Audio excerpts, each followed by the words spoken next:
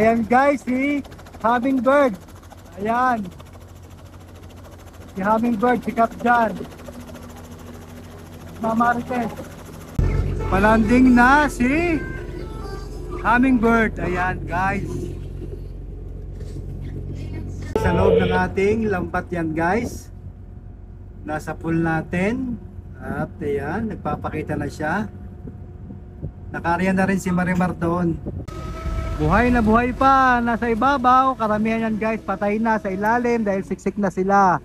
Ready for salok na tayo guys. Ayan, ayan. Talaga naman.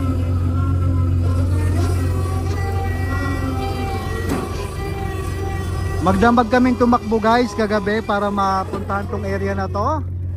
Ayan, kaya naman pagdating namin maaga pa kami nakarya. Lalong lumalalim, lalong dumadami, lalong sumasarap, punong-puno. 4 hanggang 5 tonelada yan guys, ganyan kalaki. Apaw siya. Good morning guys, pwesto na tayo ngayon. Maaga nga labas ng isda ngayon, alas 7 na ng umaga. At eto, na-forma na kami sa isang grupo dito, pero may 3 grupo dito na malalaking grupo. Sana may makakita tayo dito ngayong umaga at tayo ay ma-bless ulit sa pagkakataong ito. Ayan, ilalapitan na natin yung ating bakit? Ayan, malapit na.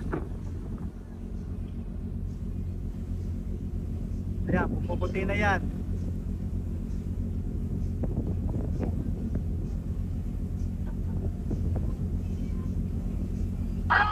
Ayan, umarya na. Ayan o. Umarya na guys.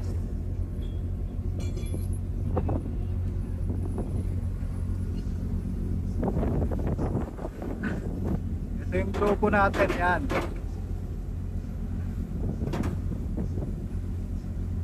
Yan, may isang pirasong malaking ibon. Mahaba yung alon-talon, namumuti.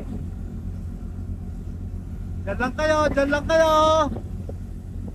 Steady lang. Mukhang maraming dilis.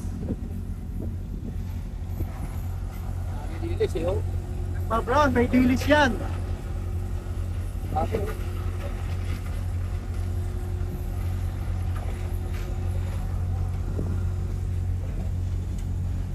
Ayan, gumuguhit na yan, dalon-dalon. Pumuti. May mga ibon.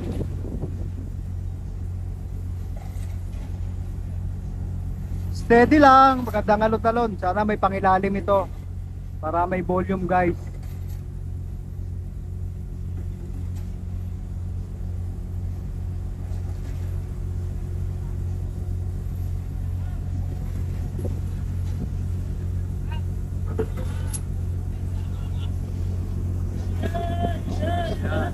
Nasayaw na yung local natin oh. Jasper. Ayan, sayaw-sayaw. Sige. Ibong mo.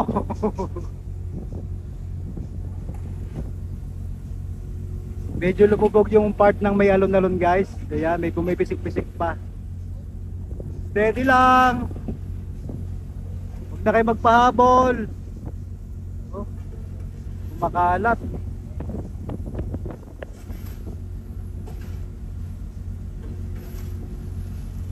Ayan na, malapit na sa atin.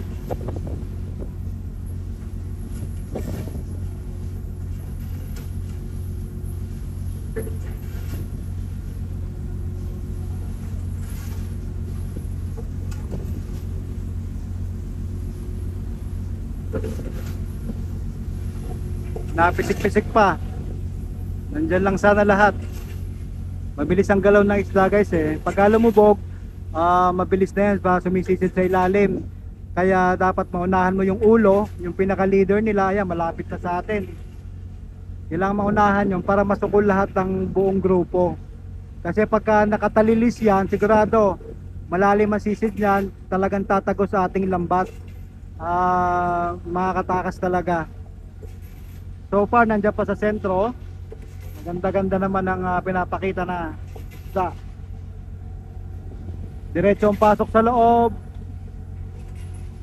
Ayan. Kalahati na lambat natin, kalahati na lambat. So another ano na lang yan, another 500 meters. Pasok lang, steady lang sa gitna. Steady lang kayo dyan. Usually guys, pag ganyan namumuti, sa ilalim niyan may nandun yung pinakaulo niyan. Kaya yun namumuti, pinakaparting dulo na yun ng isda. May malalim na bahagi yan na isda, kaya sana hindi makatagos doon sa lambat natin, palapit sila sa lambat. Meron na sa malapit sa pataw eh, so sana mag-steady lang para mahuli ito. Steady lang.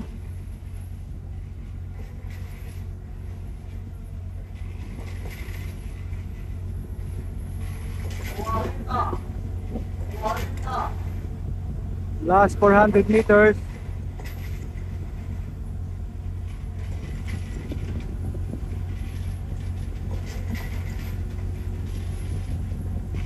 Pasukin naman natin guys sa puwente kung paano sila mag-arya, si Master sa loob. Naman guys sa loob ng ating puwente, nandito yung ating fishing master. Siya yung nagbibigay ng instruction sa ating shipmate para sa maniobrada, kung anong degrees ng liko or kaliwat kanan ba guys. Ito ang ating kapitan. Ito naman ating first navigator, yung nakadilaw. Yung second navigator nandun naman sa kabila. So ganyan. Ayan. Ayan. Sunod lang sa instruction ng fishing master. So, nasa sentro pa, may pumuputi pa doon. Ayan, para. Jis.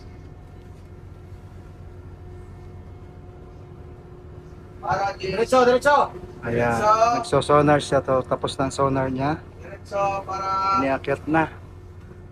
So ayan guys, palapit na tayo sa ating main skip. Ayan, yung ating main skip. Ayan guys. So, at least nakuha na natin ngayon ng na-capture natin yung moment na nag-start siya ng pag-arya. And then, dito sa loob ng ating puwente. Ayan. 79. 78. Diretso. Ayan. 76. Siya yung nagbibigay ng command sa ating shipmate. 73. Ayan sila. 72. Bawal maingay dito guys, kaya lalabas na ako. Ayan. Tingin nga isang tingin dyan master. 70. Ayan ang ating fishing master. Okay. Approaching na tayo guys sa ating main skip na siyang humihila ng ating lambat. Ayan. Ihagis yung lubid dyan para makonect sa ating main winch para mabira, para lumalim at mag-seafloor guys. Ayan.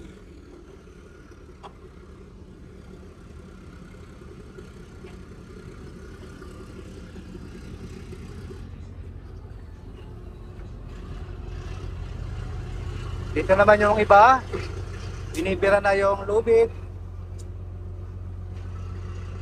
para makonect sa ating main winch.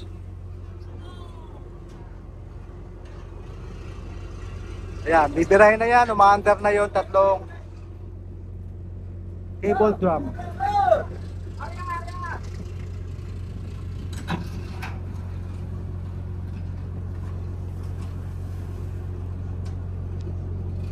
Ayan, sabi ko nga 8 to 10 minutes bago sila mailadlad totally, pero depende rin sa speed ng barko yan guys.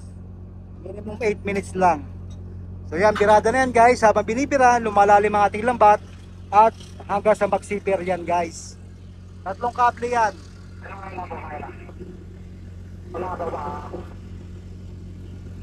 Malalaking kable yan guys. Dahil mabigat ang ating lambat, kaya ganon ang gamit natin na kable. So far wala pa tayo nakikita ngayon, pero kanina may pisik-pisik na. So antabayan natin guys hanggang sa huli. Tuloy lang hanggang dulo guys, para makita nyo kung paano nahuli yung ating isda na inarihan ngayon. So ayan, magandang umaga sa inyong lahat at early morning blessing sana ito sa ating sa aming mga kasimahang isda dito sa Pacific Ocean. Again, wala po tayo sa Pilipinas, tayo po ay nasa ibang bansa, nasa Papua New Guinea guys. Ayan, kumakain-kain yung shipmate natin ng sumang mais galing sa Quezon. Salamat. Ayan, Sponsor. salamat daw sa sponsor. So antabayan natin guys hanggang sa matapos ito para mamaya makita nyo talaga kung nakahuli tayo or hindi. Pero hoping for the best result again. Ganyan talaga para tayo ay kumita at magkaroon ng magandang hanap buhay dito sa Pacific Ocean guys. Sabi ko nga lagi, original is always the best. Si Mangisda lamang po. Maraming salamat po sa pagtangkilik. 72,000 subscriber na po tayo sa YouTube channel at sa ating pong Facebook page nasa 820,000 followers na po tayo. Maraming salamat po sa inyong pagsubaybay. Ito po ang inyong kasimangista. Magandang umaga!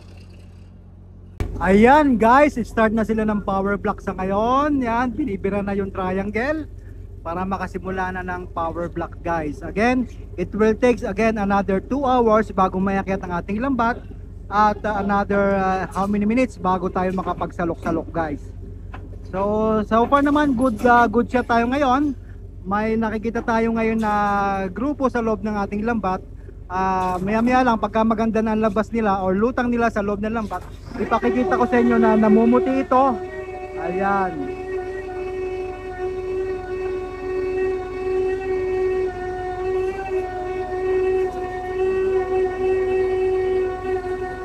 Yan ay kasamahan din natin si Marimar. Dati ako dyan nakasakay guys kay Marimar nung nag-start ako mag-vlog. Ayan, dyan ako nagsimula mag-vlog guys kay Marimar. Nung time na yan kasama ko si Falcon. Ngayon nandito ako kay Sunflower, kay Jessica. Ang kasama ko naman ngayon ay si Hornet. So, start na sila. Hintayin ulit natin hanggang sa dulo. Panoorin nyo guys, maganda ito. Ayan. Halo tayo ng Pilipino at saka Papua New Guinea local guys. National ng Papua New Guinea. Wala tayo sa Pilipinas, sa ibang bansa po tayo guys. Para sa kalaman, ang Papua New Guinea po ay kadikit ng isla ng Indonesia, sa southern part ng Indonesia guys. At ito naman po ay nasa itaas ng Australia guys. So, yan po yung mga prominent areas na makikita nyo kung hahanapin nyo ang Papua New Guinea. Kasi karamihan po sa ating mga followers at subscribers, hindi alam yung PNG. Pag sinabi pong PNG, Papua New Guinea, na co-located ito sa Indonesia at nasa bandang norte ng Australia. Ayan guys, para din sa geography, malaman yung geographical location namin. Ayan po tayo. Yan. Territorial sin ng Papua New Guinea sa South Pacific Ocean. Ayan guys, ang ganda-ganda ni Marimar. Yan dati ko sinasakyan guys. Tagal-tagal ako dyan. Dyan ako nag-start ng vlogging guys kay Marimar. Kasama ko si Falcon, inulit-kulit guys. Ayan. Ang bilis niyan, maganda, makinis, mabilis. Ayan. Nadaan siya sa gilid namin kasi dito sa area namin may 3 grupo pa na nakikita. So ganyan talaga guys, tulungan tayo dito. Kung sino na nakakita at nakarya, bibigay tayo ng informasyon sa ating mga kasamahan para sa company yan guys. So ayan. Kita nyo na si Marimar.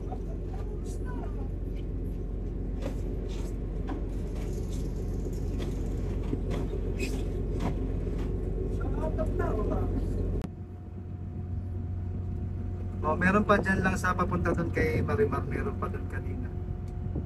Para dyan ka pa, hintayin namin. Chat ko si Mother Mary.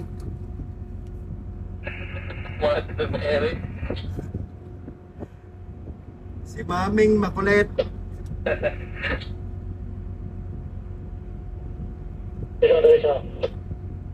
Ayan guys, puti sa loob ng ating lambat yan guys. Nasa pool natin. At ayan, nagpapakita na siya.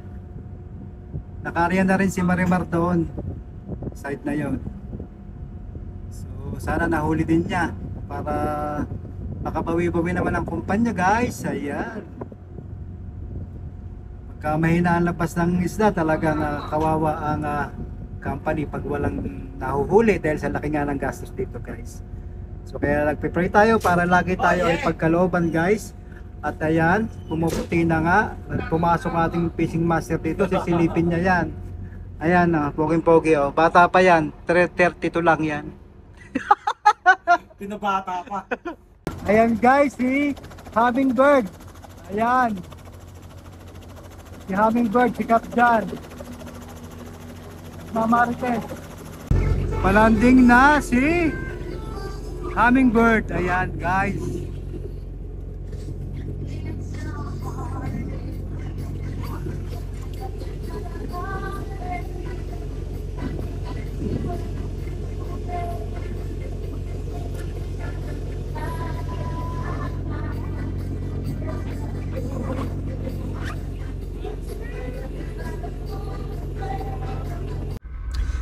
Sa ganitong portion guys na tinatawag nating kalaskas, unti-unting iniangat yung lambat na nasa bag portion na yan guys. Diyan na sa bag portion or dun sa fish bag, naiipon lahat ng isda. Kaya naman makikita ninyo, mga may nagtitingahan dyan at usually may mga namamatay ng isda dahil nasisiksik sila dyan sa ilalim. So pagka ganyan, makikita nyo na ang ating mga tao dyan sa kubyerta ay medyo kailangan mabilis ang kilos para mas maiangat ng mabilis ang isda para ito ay good quality. Dapat safe talaga dyan kasi dyan nagkakaroon minsan ng insidente na nababagsakan ng isda, napapatakan ng isda na ipinapagpag. Kaya naman, kung makita nyo pagka ipinapagpag yan, medyo malayo-layo ang posisyon ng mga tao para to avoid any untoward incident. Tulad niya, kita nyo, may malalaking tuna, may gulyasan, isang mabagsakan kanyang kahit sa balikat or sa part ng katawan mo ay talagang masakit yan dahil marami na nabagsakan dyan, marami ng insidente ng mga future ng mga previous events. Kaya naman talagang watch out dyan talaga. Dapat talaga naka-gears ka dyan ng may helmet ka sa pagkakataon yan. Or although lahat naman sila ay required na mag-helmet, so meron lang talaga minsan may matigas ang ulo, ewan ko, bahala kayo dyan. Ayan, joke lang guys, pero yan talaga ang safety precautions natin dyan sa mga crew natin, na dapat sila ay laging watch out at alerto once na sila ay nandyan at may isda na. Kaya naman tayo ay laging makikita nyo, maririnig nyo ang ingay ng ating fishing master, ng ating kapitan, ng ating shipmate, to alarm them na dapat nag-iingat, laging safety first, safety, yan lagi maririnig nyo. Dahil dyan pagka nandiyan ka dyan sa kubyerta, maingay dyan guys, kasi ang ingay ng mga hydraulic tsaka ng motor, ng mga motor dyan, kaya lagi na lang sigaw. Kaya mapapansin nyo palagi pagka maraming isda, maingay, dahil nga para ma-alert yung mga tao natin dyan. At kawawa naman kung mapatakan sila, incident, talagang ma-hospital ka dyan or makauwi ka dyan, was mabalda or something. Kaya naman talagang doon sa mga nagko-comment na ang ingay-ingay daw. Ayan. So yun po yung portion yun po ang purpose kung bakit lagi na lang maingay diyan, dahil malakas talaga ang ingay diyan ng mga motor. Kaya dapat yung mic natin malakas at yung sigaw ng ating mga officers dito sa taas ay naririnig nila, kasi kitang-kita dito sa taas ang galaw ng isda, ang bagsak ng isda. Minsan baka sila ay matalsikan, so para na lang sa kanilang kagalingan na hindi sila matamaan ng isda. Ayan, kita nyo ang dami ng tumitinga. So, malalaki yung isda. Kaya naman thankful tayo dyan dahil nabiyayaan na naman tayo. Positive na naman yung ating aryada. Kaya nag-voice over ako sa inyo kasi medyo pangit yung audio kanina. So, after checking, mas minabuti ko na po ang mag-voice over. Para din po ito sa kaalaman ng ating mga bagong followers tsaka subscriber natin sa YouTube. Lalo na doon sa mga talaga nating mga dati ng subscribers ay alam na itong mga ganitong procedure.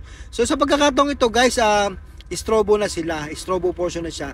Gumagamit na sila ng ganitong white rope kasi medyo mabigat na at medyo compact na yung laman ng ating fish bag. Kaya naman gagamitan niya ng mas matibay na lubid at nang sa ganon mas mabilis maiangat ang isda, kasi mas malakas na motor ang gagamitin dyan, hydraulic motor. Kaya yan, may white rope na ginagamit ang ating mga kasimahang isda to prevent na masira yung isda natin, dahil pag once tumagal ang isda sa tubig, yan ay lalambot at maaaring masira ang quality, pangit ang quality, Kaya naman talagang ating mga hinuhuli dito talagang world class and guaranteed fresh ang ating mga hinuhuli, guys. Guys, Probo na sila guys at ito ginagamitan na again ng malaking lubid para mas mabilis maiakyat ang lambat kasama ang isda guys para maipon sa pagposo natin. Yan, white rope na yan ay tinatawag na Samsung rope, na isang matibay na lubid para siyang bumira ng isda paangat, birahin ng lambat para maipon ng isda sa bag portion guys. So pagka ganyan medyo mabigat-bigat yan, kaya medyo malaking motor nang ginagamit dyan para mahila yan guys. Lalo na kung pisadong-pisado yan o banat na banat, ibig sabihin marami laman ng bag portion natin na isda. Ayan. So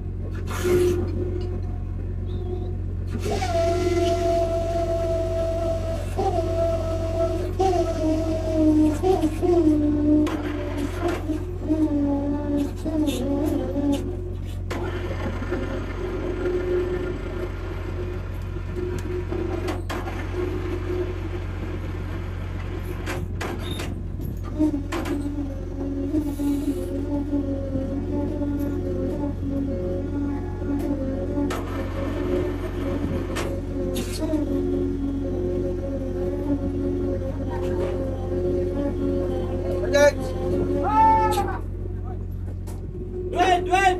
Birahan mo, iputas doon o! Patay parker! Tama ako! Sabi sa ito rin eh.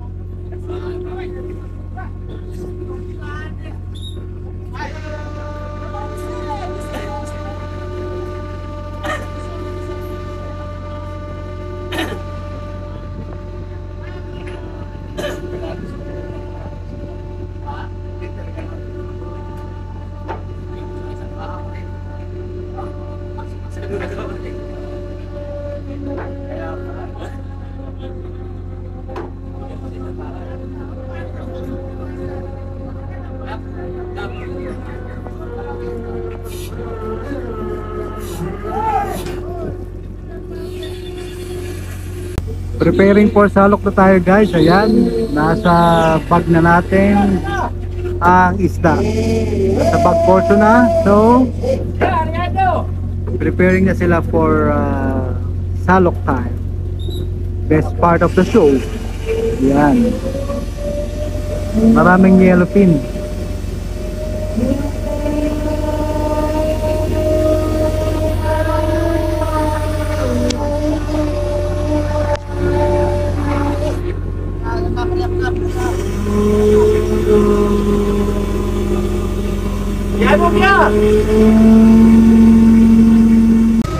Buhay na buhay pa, nasa ibabaw. Karamihan yan guys, patay na sa ilalim dahil siksik na sila. Ready for salok na tayo guys. Ayan, talaga naman. Blessed tayo ngayong umaga. First set natin ito. Ayan.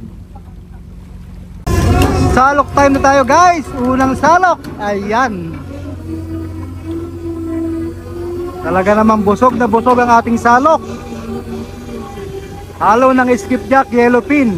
May tuna rin.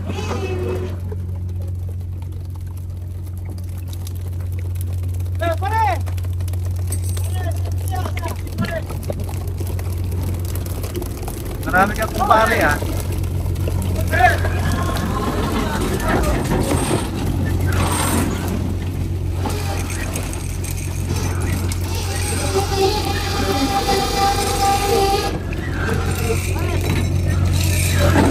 Sinusukat again guys para sa kalaman ng nanonood. Ito ay para malaman natin ang timbang.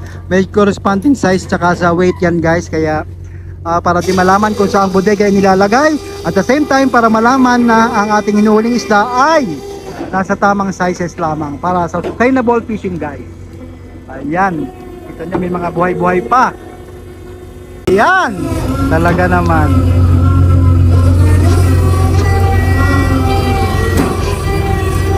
Magdamag kaming tumakbo guys kagabi para mapuntahan tong area na to. Ayan, kaya naman pagdating namin maaga pa kami nakarya dahil maaga ang labas ng isda kanina. Mga alas 7 kami bumitaw. 7:30 na ba yun? Alas 7. Mga ganong oras guys, mga pasado alas 7 na. Mga yellowfin.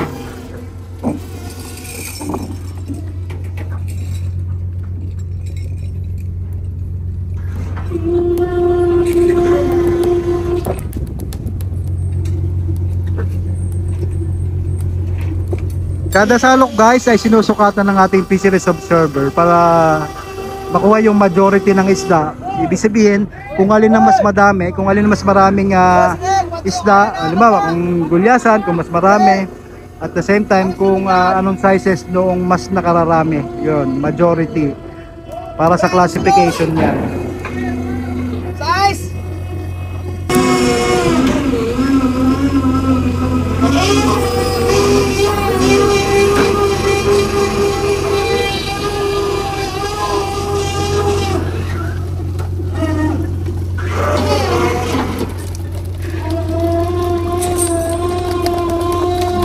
Anong mas marami? Guts! Up, up!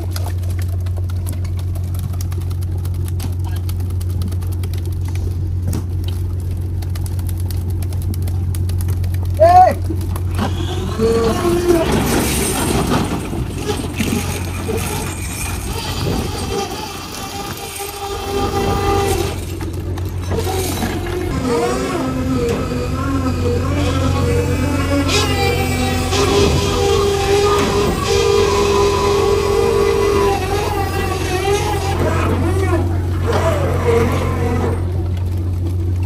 Halos pareho ang dami ng yellowfin tsaka ng gulyasan.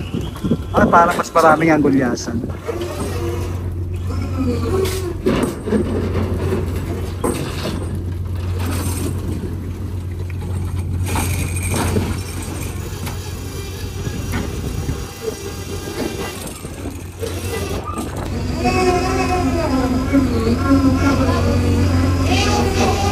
Maganda ang kayo ng salok, maganda kaya maganda-ganda laman.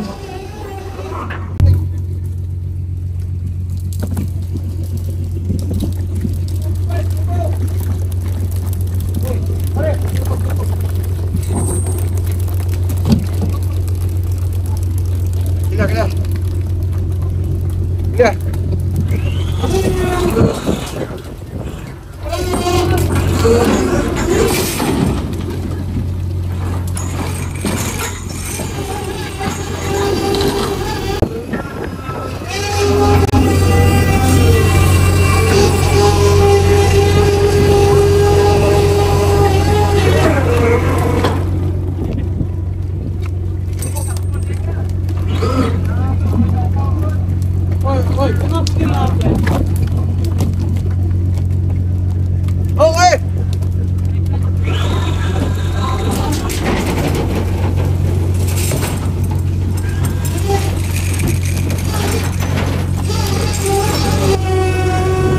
Naka 21 tons na tayo guys. Tapos ito pa may sinasalok pa tayo. Ayan, madami-rami pa yan. Estimate baka sakali lang ha. Baka sakali mag 60 tons tayo. Tingnan natin.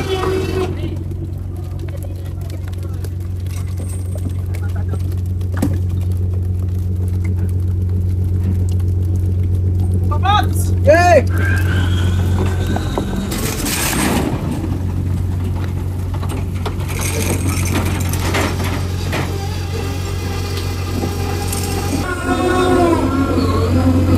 Yan, marami-rami laman.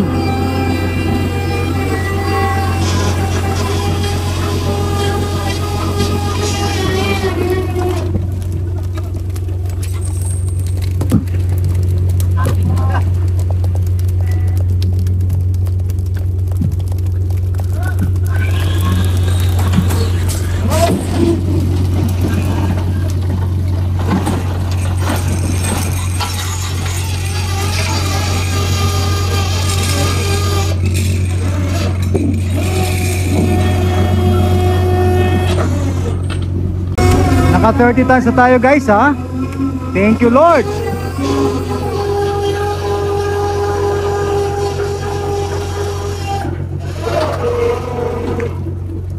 Marami pala ang gulyasan.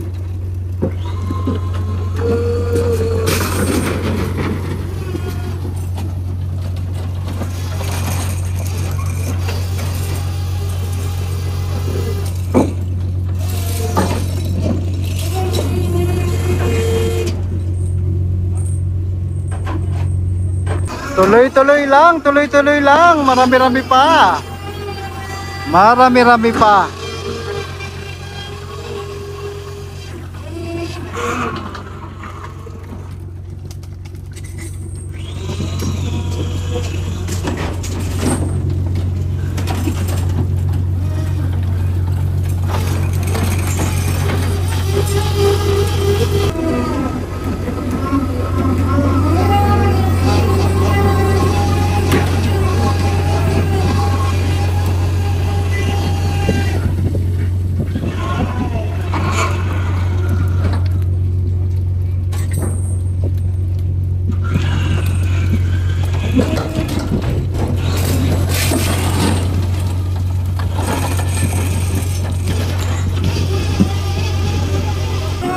Ayan, halos mapuno pa guys.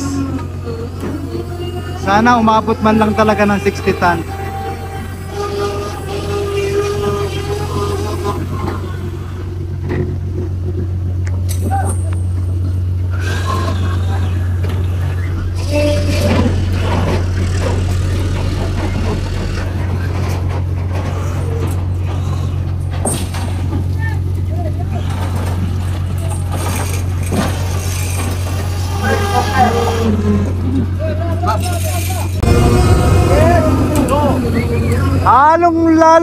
Lumalalim, lalong dumadami, lalong sumasarap, punong-puno.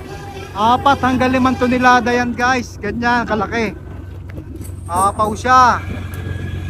Ayan, thank you Lord.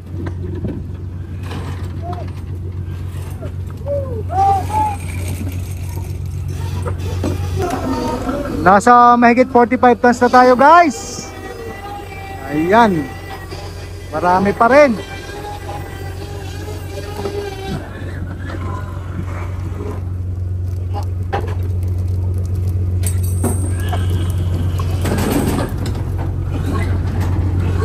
Busog na busog ang ating salok. Talaga naman.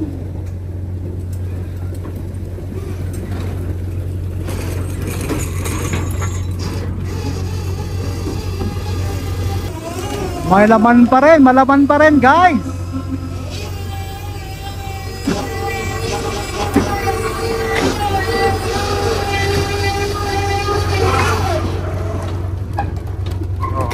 Halos magkakasing size lang talaga yung lahat ng ano.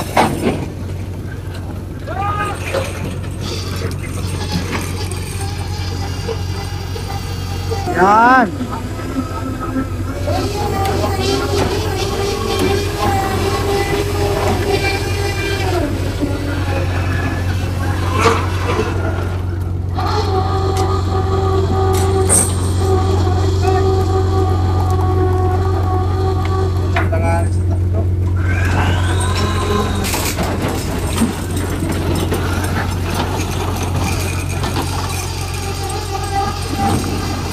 Ayan guys, medyo kumukunti na ang laman ng ating salok.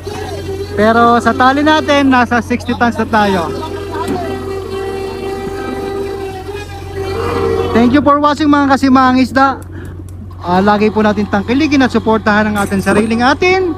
Ito po ang inyong kasimahang isda.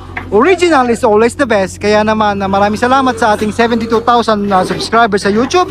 At 821,000 followers na po tayo sa ating Facebook page. Maraming salamat po sa pagsuporta at pagtangkilik. At please like, share, comment, and subscribe po dito sa ating YouTube channel at saka sa ating Facebook page. Maraming salamat po sa inyo lahat sa panonood. At thank you Lord for the blessing. Kaya pa kami for the next set this afternoon. Ayan ang huling salok guys. tapusin na natin para na sa ganon malaman nyo ang total ng ating nahuli ngayon. Ayan, maraming salamat po sa panonood.